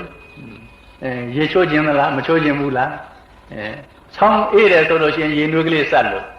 ရေချိုးပေးတာကတော့ဒီချိုးတဲ့တယ်ဆိုလို့ရှိရင်တော့ရေချိုးပေးတာကအမှန်တန်ကောင်းတယ်ဘာဖြစ်လို့လဲဆိုတော့ဒီခန္ဓာကိုယ်မှာဒီကြီးတွေဘာတွေကပိတ်နေတယ်အဲ့ဒီပိတ်နေတဲ့ကြီးတွေကြောင့်အထက်ကအငွေ့တွေမထွက်ပါဘူးဒါကြောင့်ရေချိုးပေးရတယ်နေမကောင်းလို့ရှိရင်အဝတ်နဲ့တိုက်ပြီးတော့ဒီကြီးတွေကိုထွက်အောင်တန့်ရှင်းပေးရတယ်အဲ့ဒါဘာဖြစ်လို့အခိုးအငွေ့တွေပြင်ဘက်ကိုထွက်အောင်လို့လုပ်ပေးနေရတယ်အဲ့ဒါဥဒုတွေဥဒုဇာယုတ်တွေကိုပြုပြင်တဲ့နည်းတွေဟာအမှန်တန်ရှိပါတယ်အမှန်တန်ကောင်းပါတယ်အဲ့ဒါလူလိမ္မာသလောက်အသိဉာဏ်များသလောက်ဥဒုကိုပြုပြင်ရပါတယ်တချို့ကအဝေးကြီးကလာတယ်ရေချိုးတယ်ရေချိုးမှားတယ်ဖြားတယ်ဒါဥဒုဇာယုတ်ပြောင်းသွားလိုက်တာဒီရေချိုးမှားတယ်ဆိုတဲ့ဥစ္စာရေချိုးတယ်ရေချိုးတော့ဒီကအခိုးအငွေ့တွေကအတွင်းမှာပြန်ပြီးတော့ဝင်သွားတယ်အဲ့ဒီအခါမှာဖြားတယ်လို့ပြောကြတယ်ဖြားတယ်အဲ့ဒါဘာဖြစ်လို့ဥဒုဖောက်ပြန်သွားတာသူ့အတွက်တချို့ကဒီခေါင်းကိုလျှော်လိုက်သေးတယ်မိမသားတွေမှာခေါင်းလျှော်လိုက်တယ်ဒီသပင်းကရုပ်တရက်မချောက်ပါဘူးပြီးတော့ဥဒုကလည်းမကောင်းတဲ့အခါနဲ့တော်ကြတော့အေးမိပြီးတော့ဖြားတယ်လမ်းသွားကြတယ်အေးခံပြီးတော့သွားတယ်ဖြားတယ်အဲ့ဒါဥဒုအပြောင်းလဲဥဒုဇာယုတ်တွေခန္ဓာကိုယ်မှာရှိနေတာအချိန်ရှိသေးပြီရှိနေတယ်ဒါဘုန်းကြီးကမပူလွန်းအောင်မအေးလွန်းအောင်နေတတ်ရပါတယ်နေ့ကိုနေတတ်မှဒီယုတ်ဥဒုဇာယုတ်အဆက်ဆက်တာမှန်မှန်ကလေးသွားနေပါတယ်အဲ့ဒီအနေအထိုင်ချွတ်ရင်းလို့ရှိရင်ရေကျိုးမိုးကျိုးချွတ်ရင်းလို့ရှိရင်အဖိုးကြီးအဖွားကြီးအထိအမှားအယွင်းရှိနိုင်ပါတယ်ဒါကြောင့်ဥဒုကိုအသက်ရှိအောင်ဆိုလို့ရှိရင်ဥဒုကိုဒီနည်းနဲ့ပြုပြင်ရပါတယ်အချိန်ရှိသေးပြုပြင်ရပါတယ်အေးတဲ့အခါမှာအနှွေးတဲ့လေးတွေဝတ်လို့ ပူတဲ့အိုက်တဲ့အခါမှာအပေါ်ယံကဒီအမတန်ထူတဲ့အဝတ်တွေကိုဖယ်လို့အဲ့ဒါလိုနေပြီးတော့ခန္ဓာကိုယ်ရဲ့ဥဒုဇာရုပ်တွေကိုပြုပြင်ပေးရပါတယ်အဲ့ဒါလိုပြုပြင်နိုင်တဲ့ပုဂ္ဂိုလ်ဟာအသက်ရှည်တာပဲအသက်ရှည်တာပဲဒါလိုမပြုပြင်နိုင်တဲ့ရုပ်တွေဟာအသက်မရှည်တာပဲဒါကြောင့်ဒီစိတ်ချမ်းသာဖို့အရေးကြီးတယ်လို့စိတ်တစားရုပ်တွေပြုပြင်ဖို့ပြောခဲ့ပြီဥဒုကောင်းကောင်းနဲ့နေတတ်ထိုင်တတ်ဖို့အရေးကြီးတယ်လို့ဥဒုဇာရုပ်တွေပြောခဲ့ပြီယခုဘုန်းကြီးကအာဟာရဇာရုပ်ကိုအရေးကြီးပြောရပါမယ်ခန္ဓာကိုယ်မှာဥဒုဇာရုပ်တွေကကြီးများတယ်နော်ကံကြောင့်ဖြစ်တဲ့ရုပ်ကကမ္မစရုပ်အဲ့ဒီရုပ်ထဲပါတဲ့ဥဒုတေဇောကြောင့်ရုပ်တစ်ခါဆက်ပြပြန်တယ်ကမ္မစရုပ်အဆက်ဆက်တဲ့မှာဥဒုဇာရုပ်တွေစိတ်တစားရုပ်အဆက်ဆက်တဲ့မှာဥဒုဇာရုပ်တွေဥဒုဇာရုပ်အဆက်ဆက်တဲ့မှာဥဒုဇာရုပ်တွေဆိုတော့ဥဒုဇာရုပ်အလေးချိန်ကများနေတယ်ဒီခန္ဓာကိုယ်ကြီးတဲ့မှာဒါကိုနားလည်ခဲ့ပါနော်ခန္ဓာကိုယ်ထဲမှာဥဒုဇာရုပ်အလေးချိန်သိပ်များတာပဲအရေးအတွက်သိပ်များတာပဲဒါကိုနားလည်ခဲ့ပါနော်အာဟာရဇရုပ်ဒီအာဟာရဟာစိတ်ဉာဏ်တယ်လို့ပဲသူရုပ်ဖြစ်ကလည်းသိဉာဏ်တယ်ဟိုဘယ်မှာသိတာတုံးလို့ဆိုတော့လူမမာဟာမတဲ့တဲ့အစာကလေးစားမိတယ်ဆိုရင်ပဲရုပ်တွေတခါတည်းပြောင်းပြီးတော့သိကိုသိတယ်ဒါဘာလဲအာဟာရဇရုပ်အမတန်မြန်ပါတယ်အာဟာရဇရုပ်ခုနကဥဒုဇာရုပ်လည်းမြန်တာပဲဒါလောက်အပြောင်းအလဲကမမြန်လို့လားဒီအာဟာရဇရုပ်သိမြန်တာပဲတခါနေထိုင်မကောင်းပြီးတော့နေတာအမတန်ဓာတ်အပေးကောင်းတဲ့ဓာတ်ဆရာကြီးကဘာကလေးစားလိုက်ပါလားလို့ဆိုတော့စားလိုက်တာနေ့လေကျတော့နေကောင်းသွားတချို့ဓာတ်ဆရာတွေဆန်းလိုက်တာလူကလူမမပူးလို့ချစ်လို့တကယ်ဒီမခံမရနိုင်ဖြစ်နေဓာတ်ဆရာကြီးကလာသမင်းမစားရလို့သူကမြန်လည်းပဲစားခြင်းတယ်လူကလည်းပူလှောင်းနေတယ်ဓာတ်ဆရာကြီးကလာပြီးတော့အမေကဖုန်းနဲ့သမင်းမစားခြင်းအားစားနိုင်လိုက်တာဆရာကောင်းတယ်ချင်းအောင်ချမိကြီးတွေနဲ့ချင်းအောင်နဲ့အမေကြောက်ဖုတ်ဒီဘာဖြစ်လဲဒီအခိုးတွေဖွင့်နေတာချင်းအောင်ချမိကြီးနဲ့ဒီအမေကြောက်တွေဖုတ်ဟိုကလည်းစားခြင်းလာပြီးတရေတများများနဲ့ကဲနှမ်းစီလေးဗာလေးဆမ်းပြီးတော့သမင်းပူနည်းနဲ့နည်းနည်းလေးစားတယ်နော်နည်းနည်းလေးစားလိုက်ပြီးရောအခိုးငွေတွေလည်းပွင့်လို့အားလေးလည်းရှိလို့သိကောင်းတဲ့ဓာတ်ဆရာကြီးပါလားလို့နမကျော်သွားရောဒါတိအာဟာရဇရုပ်ပြင်လိုက်တာအာဟာရဇရုပ်ပြင်လိုက်တာကျမ်းမာရေးဟာဒီအစာအာဟာရကိုနားလည်လို့ရှိရင်ကျမ်းမာရေးဟာအင်မတန်နေလို့ကောင်းတယ်နားမလည်လို့ရှိရင်လည်းပဲကြောက်စရာကိုကောင်းတယ်ဘာဖြစ်လို့စားနေကြတာကိုမတဲ့တာလည်းမသိဘူးတဲ့တာလည်းမသိဘူးຫນွေအခါကြီးတဲ့မှာဘာလဲဖရဲသည်အေးတွေစားကြဘုန်းကြီးကကြောင်းကိုဒီလောက်ပူတဲ့အခါကြီးတဲ့ဒီဖရဲသည်တွေကြောင်းမယူခဲ့ကြဘူးနဲ့မယူနဲ့ဝန်းတွေကအေးတွေစားနေတဲ့အတွက်ကြောင့်ဒီဝမ်းမီးကငကိုကညံ့နေတဲ့အထက်မှာပူညံ့သွားလိမ့်မယ်ရေခဲမကြွေးရဘူးဒီကြောင့်မှာဘာဖြစ်လို့လဲငကိုကမှဝမ်းမီးကညံ့ပြီးတော့ဒီຫນွေကမှဖြစ်နေတဲ့အထက်မှာအဲ့ဒီရေခဲမုံနေပါလေစားလိုက်လို့ရှိရင်ဝမ်းမီးပူညံ့သွားလိမ့်မယ်မကြွေးရဘူးဒီကြောင့်မှာတယောက်တလေဒီတစ်ခွက်တလေစားတာကိစ္စမရှိဘူးတကြောင်လုံးအတွက်မှာဘုန်းကြီးမှာတာဝန်ရှိတယ်ဒါမှမကြွေးရဘူးဖရဲသီးတွေမယူခဲ့ပါနဲ့ဘာဖြစ်လို့အခိုးအငွေ့ပွင့်နေမှာကောင်းတယ်ရေချိုးပြီးလို့ရှိလည်းပဲရေချိုးပြီးရင်အခိုးအငွေ့လေးတွေပွင့်နေမှာကောင်းတယ်ဒါဘာဖြစ်လို့အာဟာရဇရုပ်ရောဥဒုဇရုပ်ရောဘုန်းကြီးပြုပြင်နေတာအများအတွက်လည်းပြုပြင်နေတယ်ဘုန်းကြီးအတွက်လည်းပြုပြင်နေတယ်ဒီအစာအာဟာရဟာတဲ့တာလေးကိုစားပြီးတော့နေလို့ရှိရင်ရုပ်ကောင်းလေးတွေမှန်းလို့မတဲ့တာစားလိုက်လို့ရှိရင်ရုပ်တွေပြောင်းပြီးတော့မကောင်းတဲ့ရုပ်တွေဖြစ်လို့အာဟာရဇရုပ်တွေဒီခန္ဓာကိုယ်မှာဒါကြောင့်အသက်ရှည်ခြင်းလို့ရှိရင်တော့ကျန်းမာတဲ့အစာကိုစားပြီးတော့နေရပါတယ်စားကျင်တဲ့အစာကိုစားမနေရပါဘူးစားကျင်တဲ့အစာကိုမစားနဲ့မစားခြင်းပေမဲ့လို့လည်းပဲတဲ့တဲ့အစာကိုတော့စားပြီးတော့နေရပါတယ်အဲ့လိုနေမှာအာဟာရဇရုပ်တွေကောင်းပြီးတော့ခန္ဓာကိုယ်ဟာကျန်းမာတဲ့ရုပ်မျိုးဖြစ်နေပါတယ်ဒါကြောင့်ဒီလူတွေကလည်းနားမလည်လွန်အားကြီးပြီးတော့နေတဲ့အတွက်ကြောင့်ကံကိုလည်းသူတို့မပြုတ်ပြင်းတတ်ဘူးစိတ်ချမ်းသာတဲ့တတ္တိကိုလည်းသူတို့မသိဘူးဒီအစာအာဟာရတဲ့မတဲ့ကိုလည်းမသိဘူးစားကျင်တာပဲသိတယ်စားကျင်တာပဲစားကြတယ်ရေမိုးချိုးတဲ့အချိန်လည်းမသိဘူးချိုးကျင်တာချိုးကြတာပဲအဲ့ဒါလိုဖြစ်နေတာဖြစ်တော့လူတွေဟာလေကျမ်းမာရေးသိညံ့ပြီးတော့ဒီလိုနေရပြန်ပါတယ်ဒီတော့ကဘုန်းကြီးတို့ဒီတရားတော်ကစုံလုံးလို့ဒီခုနကပညာရှိကြီးက မိမိတန်တလောက်တာအလုပ်လုပ်ပါဒါသူနည်းနဲ့သူမှန်တာပေါ့မှန်မယ်လို့ဘုန်းကြီးကမတိကြလို့အပြစ်ပြောနေတာမဟုတ်ဘူးဘုန်းကြီးတို့တရားတော်ကတိကြလုံးလို့ပြောတာအလုပ်ကိုတပင်တပန်းကြီးလုပ်လိုက်လို့ရှိရင်စိတ်ညှိုးနွမ်းသွားတယ်ဒီခုလူတွေအလုပ်ဖိနေကြတယ်ဆိုတာဘုန်းကြီးကသိတယ်စိတ်ညှိုးတယ်စိတ်ညှိုးတော့စိတ်ကြောင့်ဖြစ်တဲ့ရုပ်တွေကလည်းညှိုးတယ်ဆိုတော့ဒီတော်ရမှာအလုပ်တွေသိပ်ပင်မှန်တယ်ဒီလေယာကိုင်းကျွန်းတွေလောက်ကြရတာသိပ်ပင်မှန်တယ်ဒါတော့ဘယ်နဲ့ပြောဒုက္ခများစိတ်ညှိုးနွမ်းတယ်ပင်ပန်းပြီးတော့နေရတဲ့အတွက်စိတ်ကညှိုးနွမ်းတဲ့အပြင်အဲ့ဒီစိတ်ကြောင့်ဖြစ်တဲ့ရုပ်တွေကလည်းညှိုးနွမ်းလို့ဒါကြောင့်များသောအားဖြင့်အလုပ်ပင်ပန်းလုပ်တဲ့သူတွေအသက်တူကြပါတယ်တခါအရိတ်ထဲမှာနေပြီးတော့ကဆရာဝန်တို့လို့တဲ့ပြင်ယုံအရာရှိတို့လို့စရေးစကြီးတို့လို့လုံနေပြန်တယ်ဒုက္ခများလည်းပဲဒီအလုတ်ချိန်ထောက်ပြီးတော့အားရှိသလောက်တည်းမကပင်ပန်းကြတယ်စိတ်ညှိုးနှောပြီစိတ်ညှိုးနှောလို့ရှိရင်ရုပ်ဟာညှိုးနှောတဲ့ရုပ်တွေဖြစ်မယ်ဒုက္ခများဘာမှနောက်ထပ်မလုပ်ချင်အောင်ပင်ပန်းသွားတဲ့အချိန်မှာဘာမှမပြောချင်တော့ဘူးအဲ့ဒီတင်စိတ်ကလေးသက်သာပါစီတော့လို့ဆိုပြီးတော့ကောက်တီးရိုက်တဲ့သူကရိုက်ကြတယ်အရက်တောက်တဲ့သူကတောက်ကြတယ်ဒါပြီးတော့ကောက်တီးရိုက်တာကတော်ပါတယ်အရက်တောက်တာကဒါဆိုးသွားပြန်ရောဒါကြောင့်ဒီခုလူတွေဟာ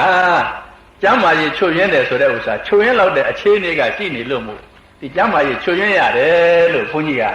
ပြောနိုင်ပါတယ်ပြောလို့ဖြစ်ပါတယ်ဘုန်းကြီးတို့တရားတော်ကဥဒ္ဓဘောဇနဝသေန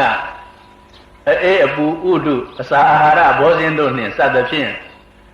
အာယုအသက်သည်ဟာယတိပိဆုတ်လိဆုတ်နိုင်၏ဝတ္တတိပိတိုးလီတိုးတိုင်၏လို့တရားတော်ကဟောတော်မူထားတယ်ဒီအသက်ရှည်ဖို့အသက်တူဖို့ဆိုတဲ့ဥစ္စာဟာဒီဥဒ္ဓအစာဒီနှမျိုးဟာသိအရေးကြီးတာပဲတဲ့ပြီးတော့တခါလိုက်ပြန်တယ်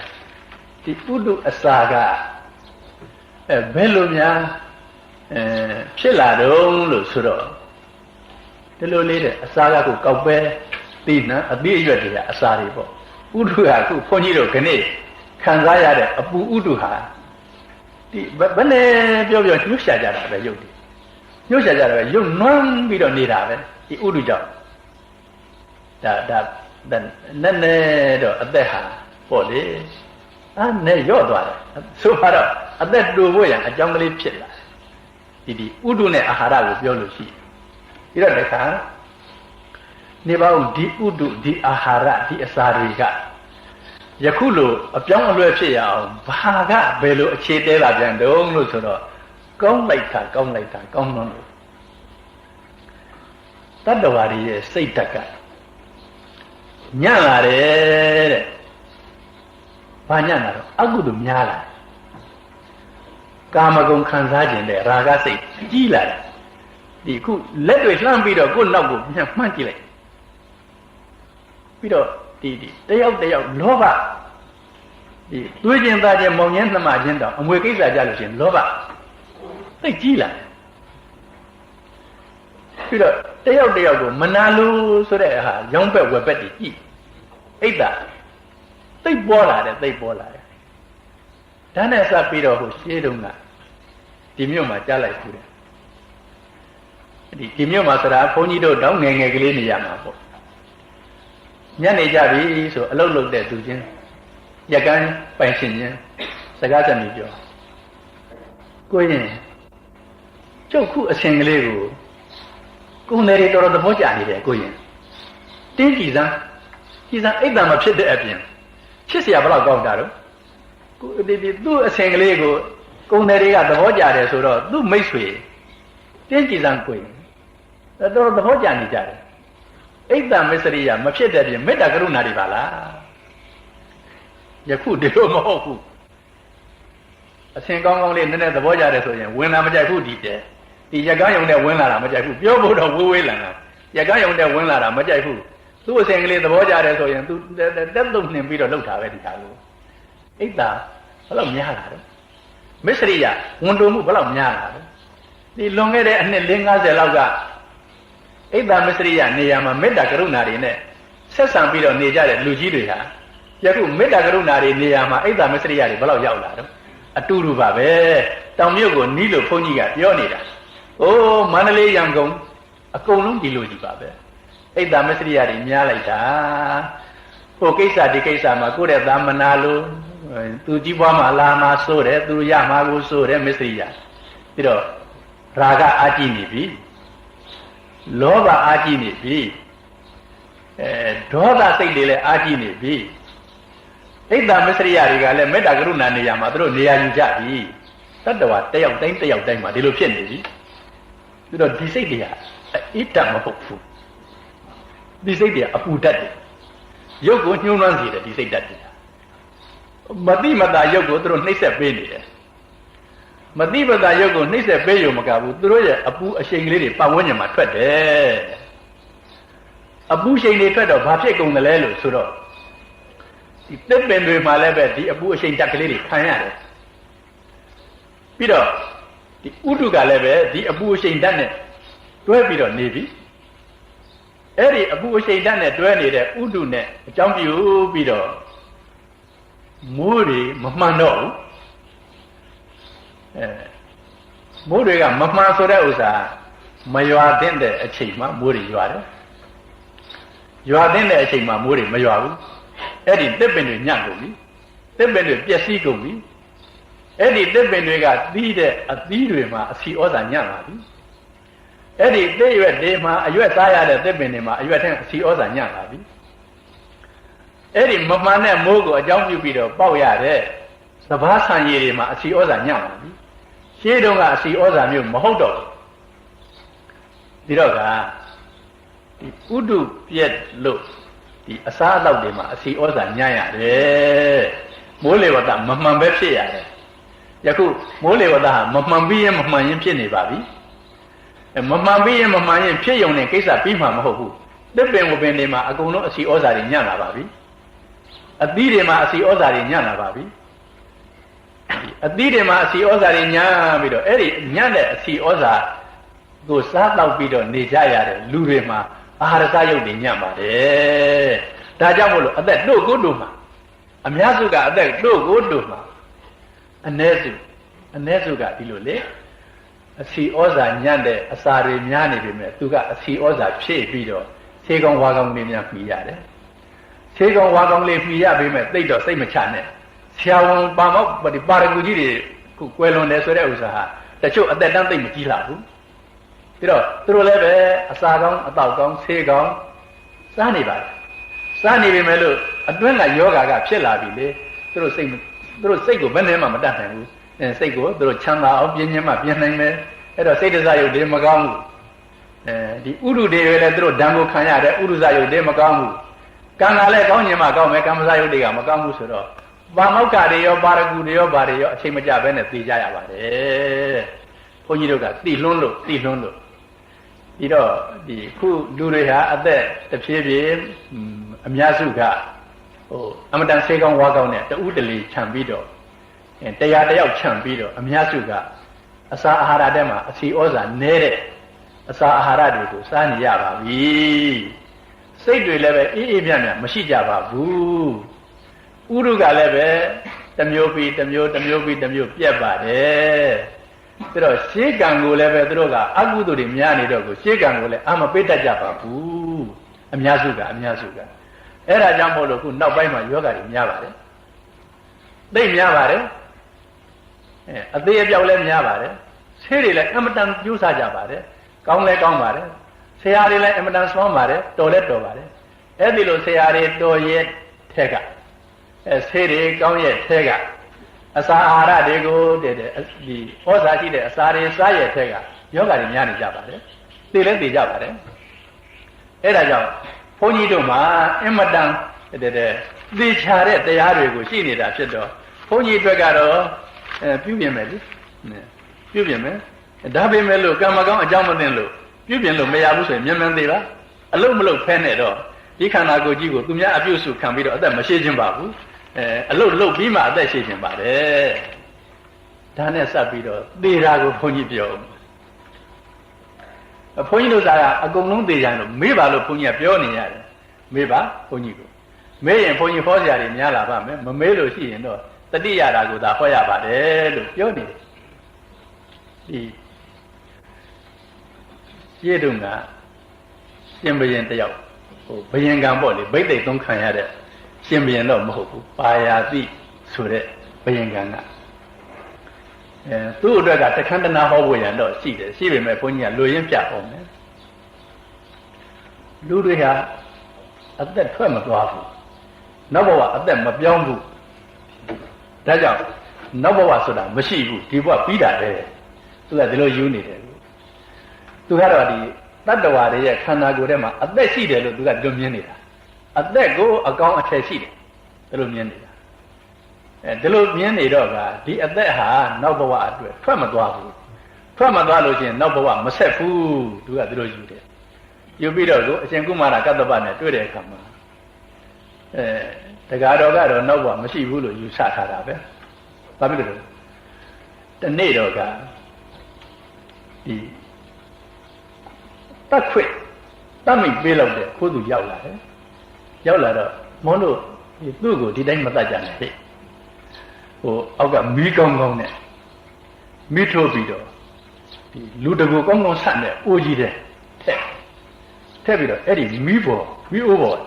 မီးပေါ်တင်ပြီးတော့သူ့ကိုတတ်ရမယ်အပေါ်ကအာနာပိတ်ထားအဝတ်ဒီအာနာပိတ်ထားသူအသက်ထွက်တာကိုသူကြည့်ကြင်လို့ဒါနဲ့သူ့အမိန်တိုင်းပဲစီမံတဲ့အာနာပိတ်ပြီးတော့ကဲပြေးလောက်ပြီးချမင်းတို့မျက်စိရှင်းရှင်းနဲ့ကြည့်ကြနော်မျက်စိရှင်းရှင်းနဲ့ကြည့်ကြနော်အသက်ထွက်တာကိုမင်းတို့တွေ့ရမယ်ကွအသက်ထွက်ပြီးတော့ကိုယ်ဘဝမှာသူတခုခန္ဓာအိမ်အသက်နဲ့သူနေတာကိုသိရမယ်ကြည့်ကြဆိုပြီးတော့အသာကလေးပထမဆုံးနဲ့နဲ့ကလေးလှက်လိုက်တယ်ဝိုင်းပြီးတော့မျက်စိရှင်းရှင်းနဲ့ကြည့်တာညှောက်လိုက်အောင်ထပ်လှက်လိုက်မျက်စိရှင်းရှင်းနဲ့ကြည့်ထပ်လှက်မျက်စိရှင်းရှင်းနဲ့ဝိုင်းကြည့်တယ်အကုန်လုံးလှက်လိုက်တယ်ဘယ်မလဲအသက်မထွက်ဘူးဒီထဲတင်ကြောက်တာအသက်မထွက်ဘူးအသက်မထွက်လို့ရှိရင်နောက်ဘဝမရှိဘူးသူကအဲ့ဒါလိုနည်းနဲ့ကြည့်သူစုံစမ်းလိုက်တာလေအသက်မထွက်ဘူးနောက်ဘဝမရှိဘူးအသက်မထွက်ဘူးနောက်ဘဝမရှိဘူးဒီလိုနဲ့ကြည့်စုံစမ်းလိုက်တာသူနောက်တော့နောက်ဘဝမရှိပါဘူးဆိုပြီးတော့မိစ္ဆာယူတော့တာပဲပြီးတော့ဒီအသင်ကအသက်ကိုရှာတဲ့ဥစ္စာဒီနည်းနဲ့ရှာတာလို့ဒီနည်းနဲ့ရှာလို့တော့ဘယ်မှာအသက်ရှိမလဲအသက်ထွက်မလဲဒီအသက်ဆိုတဲ့အကောင်ကိုကရှိတာမဟုတ်ဘူးဘုန်းကြီးတို့တရားတော်ကကံရဲ့ကံကြောင့်ဖြစ်တဲ့စိတ်ဝိညာဉ်ရဲ့ဥဒုရဲ့အာဟာရရဲ့ဒီစိတ်နဲ့တပြင်းအာယုန်လေးနဲ့ဒါတွေတစ်သက်လုံးဒီလူကိစ္စတွေရွတ်ဆောင်နေတာအဲ့တော့တေဂန်ကြီးကြားတော့ဘာဖြစ်တုံဆိုတော့မနေ့ကဘုန်းကြီးပြောခဲ့တယ်မို့လားဇီဝိတဆိုတဲ့ဥစ္စာယခုသူဖြစ်တဲ့အပြင်ကိုနောက်လည်းငါနဲ့အလားတူဖြစ်ရဲ့ဒါလို့မှားလို့ပဲချုပ်သွားတာပဲဒါကြောင့်နောက်အလားတူဖြစ်နေတယ်ဒါကြောင့်ရုပ်ကလေးတွေတစ်သက်လုံးမပြောင်းဒီအိုးသွားတဲ့ရုပ်မပြောင်းဘူးဘာဖြစ်လို့ဇီဝိတကအုပ်စိုးနေတာငါလိုဖြစ်ရဲ့စိတ်ကဒီလိုမရဘူးစိတ်ကအပြောင်းလဲတွေသိမ့်များတာရုပ်ကဒီလိုမဟုတ်ဘူးဇီဝိတရုပ်ကငါလိုဖြစ်ရဲ့လို့မပြောပေမဲ့ပြောတယ်လို့ပဲကျေစုပြုပြီးတော့သွားတာဒါကြောင့်တစ်သက်လုံးဒီရုပ်အတိုင်းပဲဒီကံပေးသမျှတစ်သက်လုံးဒီရုပ်အတိုင်းပဲများသောအားဖြင့်ပေါ့လေအိဋ္ဌိဘောပုံမောပြောင်းတာရှိပါသေးတယ်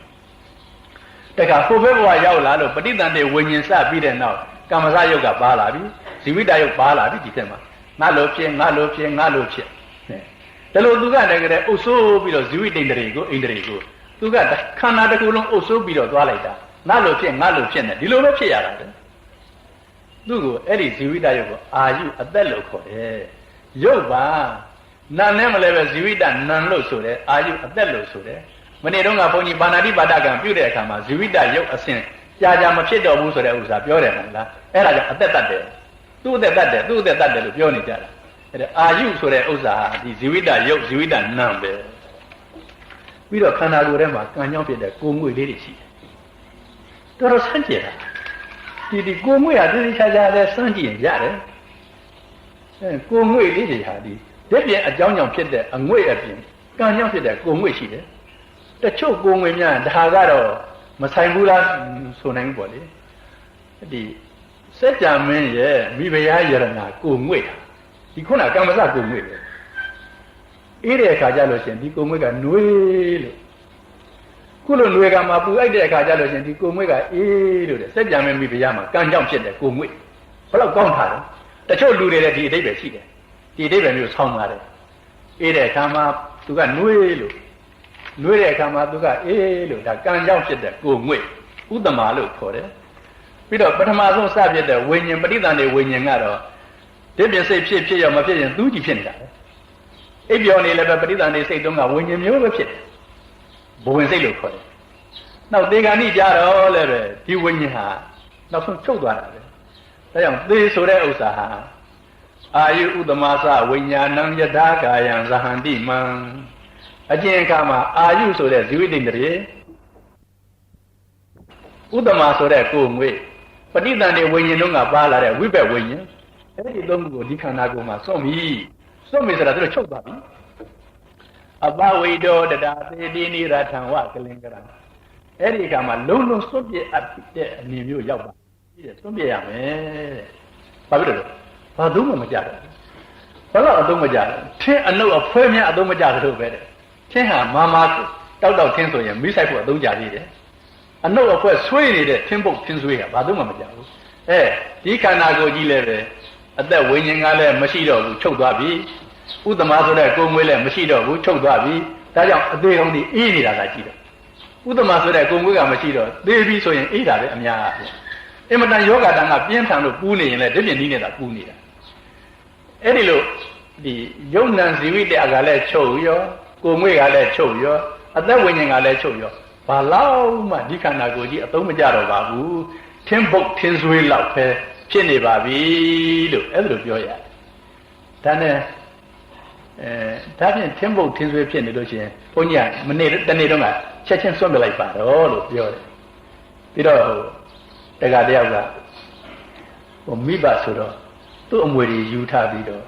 ချက်ချင်းစွန့်တော့မတရားပဲနေပါဆိုလို့ချက်ချင်းမစွန့်နိုင်သေးပဲနဲ့အိမ်ပေါ်ခဏတင်ထားတယ်ဒါကမိဘပြောကောင်းလို့ပြောတာမရချက်ချင်းမစွန့်နိုင်တာကကောဘာဖြစ်လို့လဲမရကအလောင်းကမပြတ်သေးဘူးလေကြည့်လို့နည်းနည်းကြည့်တာရှိတာလေလင်ကလည်းအလောင်းကမပြတ်သေးဘူးကြည့်တာရှိတာသေးတယ်ဒီခံသူ့အမွေယူထားလို့မဟုတ်ဘူးသူမပြည့်ရဲ့ဘုန်းကြီးကမပြည့်ရဲ့နေပေါ့ဘုန်းကြီးတကာကြီးဆုံးတော့မနဲ့တဲ့နည်းနည်းလေးစောစောထင်တယ်ဆုံးဘုန်းကြီးစီကြောင်းလိုက်လာကြတယ်ဘုန်းကြီးကဘယ်နဲ့လို့စီမံမှာတော့ညနေကိစ္စတုံးပေါ့ငိုတဲ့လူကငိုဥစဉ်ကြောင့်တော့ဥစဉ်ခေါ်ပါသေးဥစဉ်ကြောင့်တော့အမြတ်ဒုက္ခမဖြစ်စီနဲ့အလိုရှိလို့ထားအလိုရှိလို့ထားကြရောမသားကြီးကြဆိုပြီးတော့အလောင်းလေးနဲ့ဘာနဲ့ပြတ်တတ်လေးနဲ့ဘာနဲ့လုတ်ကြထားကြဘုန်းကြီးကတော့စဉ်းစားသမားပဲအမေကပထမတော့အိမ်မောတက်တယ်ငိုတယ်3ရက်လောက်ကျတော့နမ်းလာပြီလေအိမ်မောမတက်ဘူးလေကားကလှမ်းကြည့်ဓမ္မကြီးအိမ်မောတက်ပါကြုံလာလို့ကိုကပြောချင်တတ်တယ်လားထားကျင်လိုက်တာစရောပြန်တော်မူတော့ဘက်နဲ့ဘုန်းကြီးပြန်တော်မူတော့ဘက်နဲ့မရသေးတော့ဘက်နဲ့မရသေးဒီတလောက်ချစ်လို့ရှိရင်ဒီလင်းဒီအလောက်ဘယ်တော့မှပြင်းဘယ်တော့မှပြင်းတယ်သူမနေပါဘူး3ရက်လောက်ဆိုလို့ရှိရင်မင်းတို့သဘောမကွာပါဒီလင်းသေးတော့လည်းမရတာမပြင်းခဏပါဒါတွေဟုတ်တာမဟုတ်ပါဘူးပြီးကြတဲ့ဥစ္စာတွေသူတို့ကလူကြကောင်းအောင်ရဟန်လို့ကောင်းအောင်ရရှောက်လုပ်နေကြတာအလွဲတွေကြီးလုပ်နေကြတာအဲ့ဒါကြောင့်ခန္ဓာကိုယ်သေးတယ်ဆိုလို့ရှိရင်ဘာမှရစရာမရှိတော့ပါဘူးလို့ဘုန်းကြီးတို့တရားကလေသိသေးကြတာပဲအဲ့ဒါလိုသိကြတဲ့တရားတွေကိုလူတွေကမလိုက်နိုင်ကြသံဃာများကသိသလောက်လည်းသိပြီးတော့မလိုက်ကြနဲ့ဒါကြောင့်ဘုန်းကြီးတို့တရားတွေမြုပ်ပြီးတော့ခုနကအမေပညာရှိကြီးနဲ့ဥက္ကဋ္ဌကြီးကပြောတဲ့မသိမချစကားကြတော့ဒီသတင်းစာကအမတန်ကော်လံကောင်းကောင်းအကွက်ပေးပြီးတော့ရေးလိုက်ကြတာလေဘုညာလုတ်ပါတို့တော့တရက်သေးကြတာဒီရှိပါရဲ့သားနဲ့တို့နိုင်ငံကလေးကလည်းပေါက်စကလေးဖြစ်နေပြန်အဲ့ဒီရှိတဲ့ပညာရှိတွေကလည်းသိပြီးတော့မစွမ်းကြပြန်အဲ့ဒါကြောင့်တို့အသေးခံရပါတယ်အမှန်ကတော့တို့တရားတွေကအပြည့်စုံရှိပါတယ်လို့ဘုန်းကြီးကပြောလိုပါတယ်နာနပဂါရဌာနာနိဘောဓိတာနိထမုနိနာနာနပဂါရဌာနာနိဘောဓိတာနိထမုနိနာ အနန္တနေယပါဋ္ဌာနာဝန္တေအနန္တကောစရံဣဒာဤအနန္တနေယသမန္တပဋ္ဌာန်ကျမ်းမြတ်ဒေသနာတော်ကြီး၌ဣဒာဤအနန္တနေယသမန္တပဋ္ဌာန်ကျမ်းမြတ်ယရဏဒေသနာတော်ကြီး၌မုဏိနာမုဏိထွတ်တင်ဘုရားရှင်သည်နာနပကာရာဌာနာနီဖေတုအာရမဏစသည်မြာပြအကြောင်းတရားတို့ကိုဘောဓိတာနိသဗ္ဗညုတာဉာဏ်တော်သာဖြင့်ဥစွာကြနာသိပြီးမှလျင်မြတ်လာဝေနေသိနေတော်မူခဲ့လေပြီအနန္တကောစရံအဆုံးမရှိကိုအောင်သိသည်ဉာဏ်တော်ဤသာကျဆာရာဖြစ်တော်မူသောတံအနန္တနေယပဋ္ဌာနံမြားမြောင်ပေါ်ရဲ့ဤဆုံးကျွဲသာကြည်ကျယ်မြင့်မောထိုပဋ္ဌာန်းဒေသနာတော်ကြီးကိုဝန်လေတသက်တကာကြုံခဲ့စွာဖြင့်ယုံလာသည့်ခိုက်ဥဖြင့်တိုက်၍နှိမ့်ချိုက်လာစွာရှိကိုကတော့ပါ၏ဖရာ